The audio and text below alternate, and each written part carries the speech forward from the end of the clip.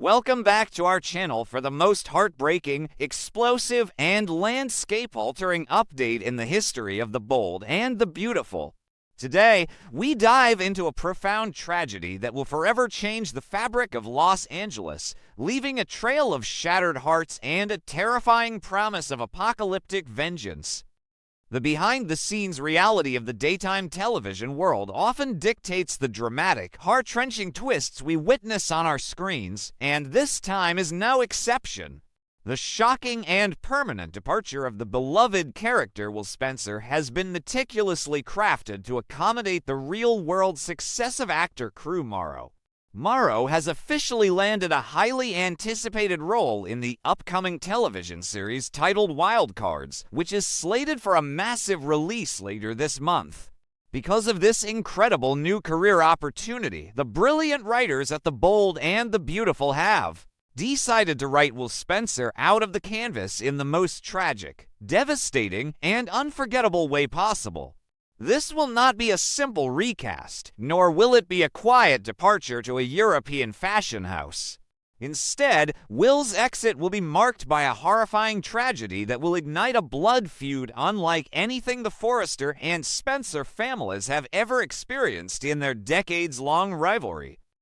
To truly understand the magnitude of this impending catastrophe, we must first examine the agonizing downward spiral that Will Spencer has been trapped in over the past several weeks. Will's life has been systematically dismantled, piece by piece, under the crushing weight of corporate espionage, family loyalty, and a severely broken heart. The young Spencer heir was forced into an impossible moral dilemma ordered by his fiercely protective mother, Katie Logan, and his ruthless father, Bill Spencer, to hide the massive corporate secrets of Logan Creations from the woman he loved, Electra Forrester. This web of deception created an unbearable psychological burden for Will, tearing him apart from the inside out, as he desperately tried to balance his loyalty to the Spencer empire with his deep, unwavering love for Electra. The breaking point for Will occurred during the catastrophic and violent altercation at the Bikini Bar, a night that will forever live in infamy. Fueled by alcohol, mounting stress, and the relentless, arrogant instigation of R.J. Forrester, Will finally snapped.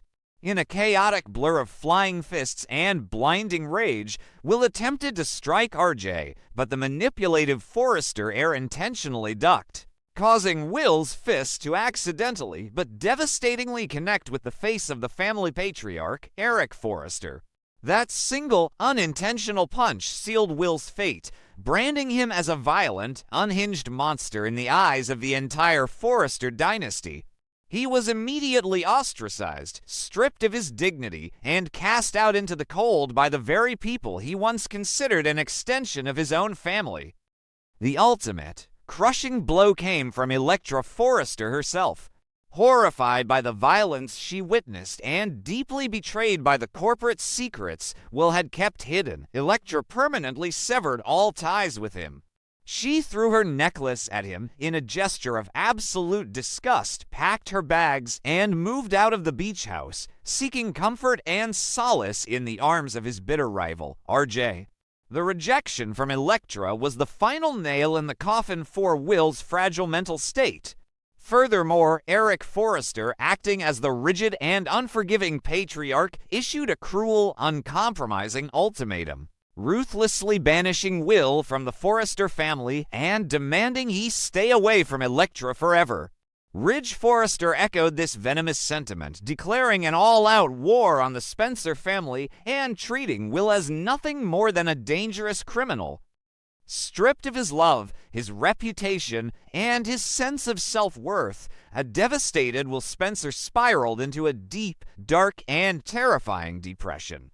The vibrant, ambitious young man was replaced by a hollow shell, drowning his immense sorrow and suffocating guilt in endless bottles of alcohol.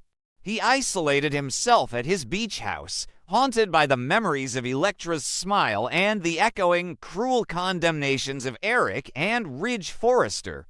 It was in this state of absolute vulnerability and severe intoxication that Melissa Dillon, driven by her own calculated ambitions and a desire to secure her status, preyed upon him. Dillon capitalized on Will's drunken despair, offering him a hollow, physical comfort that culminated in a passionate but deeply regrettable night together. The tragedy that claims Will Spencer's life unfolds on a dark, quiet night at the beach house. A night where the crashing waves of the ocean mirror the turbulent, agonizing storm raging within his mind. Will, heavily intoxicated and consumed by an overwhelming sense of hopelessness, wanders out to the pool area. The alcohol coursing through his veins severely impairs his judgment, his balance, and his physical coordination. He is a young man completely broken by the relentless cruelty of the Forrester family and the agonizing loss of the only woman he ever truly loved. As he stands near the edge of the deep water, the weight of his shattered world becomes too much to bear. In a horrifying, fatal sequence of events, Will loses his footing. The world spins wildly out of control as he tumbles backward, plunging into the freezing, unforgiving waters of the beach house pool. Under normal circumstances, the athletic young Spencer would easily swim to the surface, but the heavy intoxication and the profound, paralyzing despair act as invisible chains, dragging him down into the darkness. He struggles weakly, his lungs burning for air, but the alcohol has robbed him of his strength. In the eerie silence of the night, with no one awake to hear the splashing water, Will Spencer tragically drowns, his life cut short in a senseless, heartbreaking accident born of profound emotional agony. The gruesome discovery is made the following morning by Melissa Dillon. Waking up to an unsettling silence in the beach house, Dillon wanders outside to look for Will, expecting to find him nursing a hangover. Instead, her eyes fall upon a scene that will permanently scar her psyche. Will's lifeless, pale body is floating motionless in the pool. A blood-curdling, visceral scream rips from Dillon's throat as the sheer horror of the situation registers. Driven by pure panic and adrenaline, she dives into the water, desperately pulling his heavy, unresponsive body onto the concrete deck. Dillon frantically attempts to perform CPR, her tears mixing with the pool water on Will's cold face, screaming his name and begging him to wake up. She scrambles for her phone with trembling, wet hands, dialing emergency services in a state of absolute hysteria. The paramedics arrive mere minutes later, their sirens piercing the quiet morning air, but despite their relentless, aggressive efforts to resuscitate him, it is tragically too late. Will Spencer is officially pronounced dead at the scene, leaving Melissa Dillon collapsing on the ground, weeping uncontrollably as the devastating reality sets in. The agonizing task of delivering the fatal news falls to the authorities, and the moment Katie Logan receives the phone call is a masterclass in profound, devastating maternal grief. The phone slips from Katie's trembling fingers, shattering on the floor as a guttural, soul-tearing scream erupts from the very depths of her being. It is the raw, primal cry of a mother whose universe has just been violently ripped apart.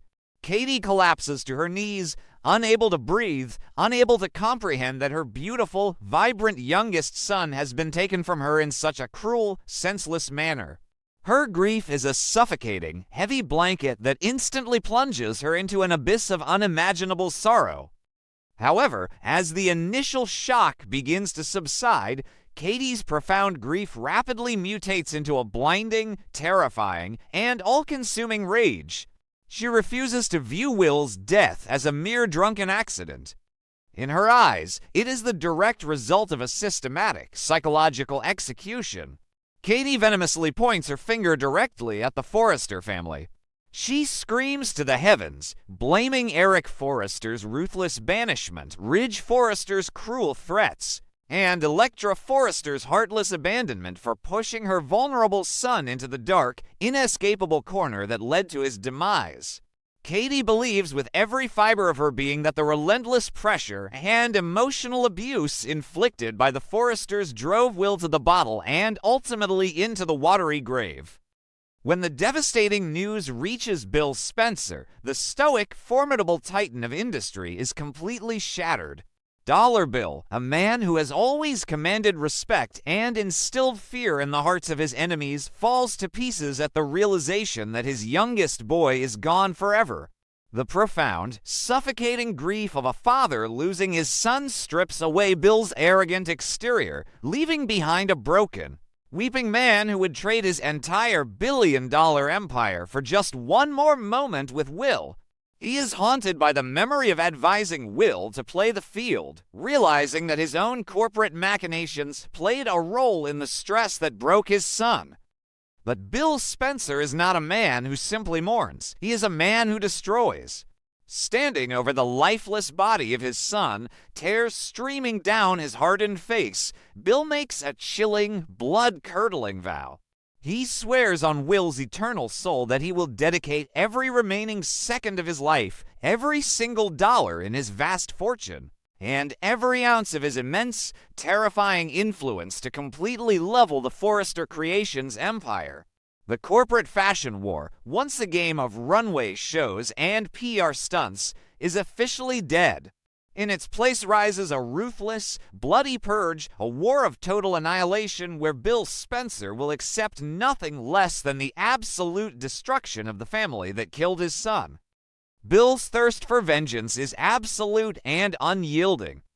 He no longer cares about the profit margins of Logan Creations, nor does he care about the success of Hope's new fashion line.